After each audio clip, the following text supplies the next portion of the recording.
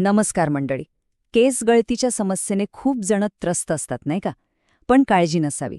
आज आपण काही असे सोपे आणि नैसर्गिक उपाय पाहणार आहोत जे आपल्या स्वयंपाकघरात अगदी सहज मिळतील आणि केसांची ताकद परत आणायला नक्कीच मदत करतील.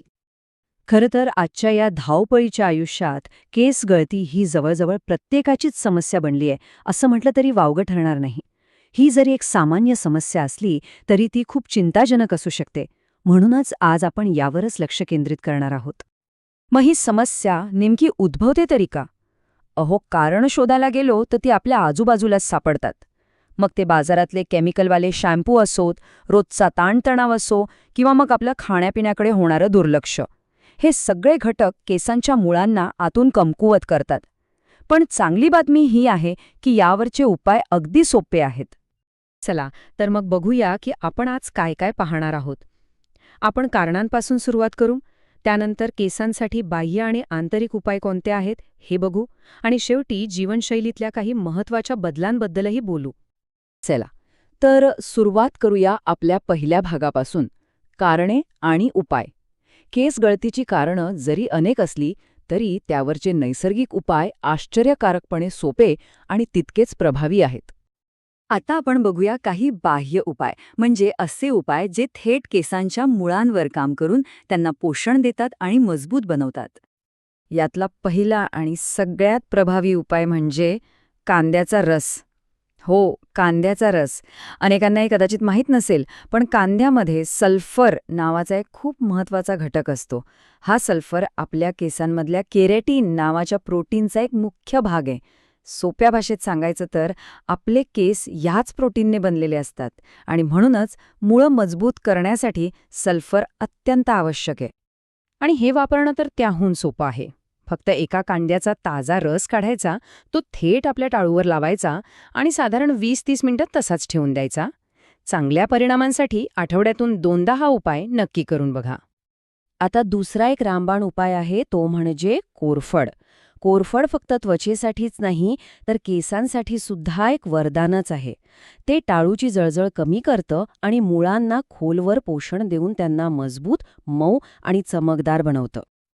काहीच नाही, फक्त शुद्ध कोरफडीचा गर घ्यायचा, त्याने टाळूवर छान मसाज करायचा आणि केस धुण्याआधी साधारण अर्धा तास तसाच ठेवायचा. बस, इतकं सोपं आहे हे.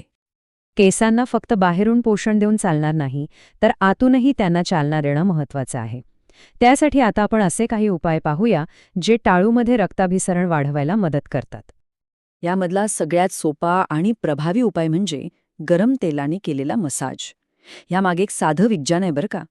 जेव्हा आपण कोमट तेलाने मसाज करतो तेव्हा ती हलकी उष्णता टाळूमधलं रक्तप्रवाह सुधारते आणि ह्यामुळे काय होतं तर केसांची सुस्त झालेली मुळं पुन्हा जागी होतात. यासाठी कोणतं तेल वापरायचं तर काही उत्तम पर्याय आहेत. पोषक असं खोबरेल तेल, बदामाचं तेल किंवा मग सुगंधित असं कढीपत्ता घालून उकळलेलं तेलही वापरता येतं. हे तिन्ही पर्याय केसांसाठी एकदम उत्तम आहेत. कृती अगदी सोपी आहे. आपलं आवडतं तेल घ्या, ते थोडंसं कोमट करा आणि साधारण 10 मिनिटं टाळूवर हलक्या हाताने मसाज करा. यामुळे फक्त केसांनाच नाही तर मनालाही आराम मिळतो. आता वळूया आपल्या स्वयंपाकघरातल्या एका जादुई घटकाकडे आणि तो म्हणजे मेथीचे दाणे. मेथीच्या दाण्यांमध्ये प्रोटीन आणि निकोटिनिक ॲसिड भरपूर असतं, जे केस गळती रोखण्यासाठी एक सिद्ध उपाय मानला जातो. यासाठी काय करायचं तर मेथीचे दाणे रात्रभर पाण्यात भिजवून ठेवायचे. सकाळी त्याची एकदम बारीक पेस्ट बनवायची आणि ती टाळूवर लावायची. साधारण अर्ध्या तासानंतर केस धुवून टाकायचे. हा उपाय केस दाट आणि मजबूत बनवण्यासाठी खूप फायदेशीर आहे. बरं, आतापर्यंत आपण सगळे बाहेरून लावायचे उपाय बघितले, पण खरी ताकद तर आतूनच येते नाही का? चला तर आता बघूया की केसांच्या आरोग्यासाठी आपला डाएट किती महत्त्वाचा असतो.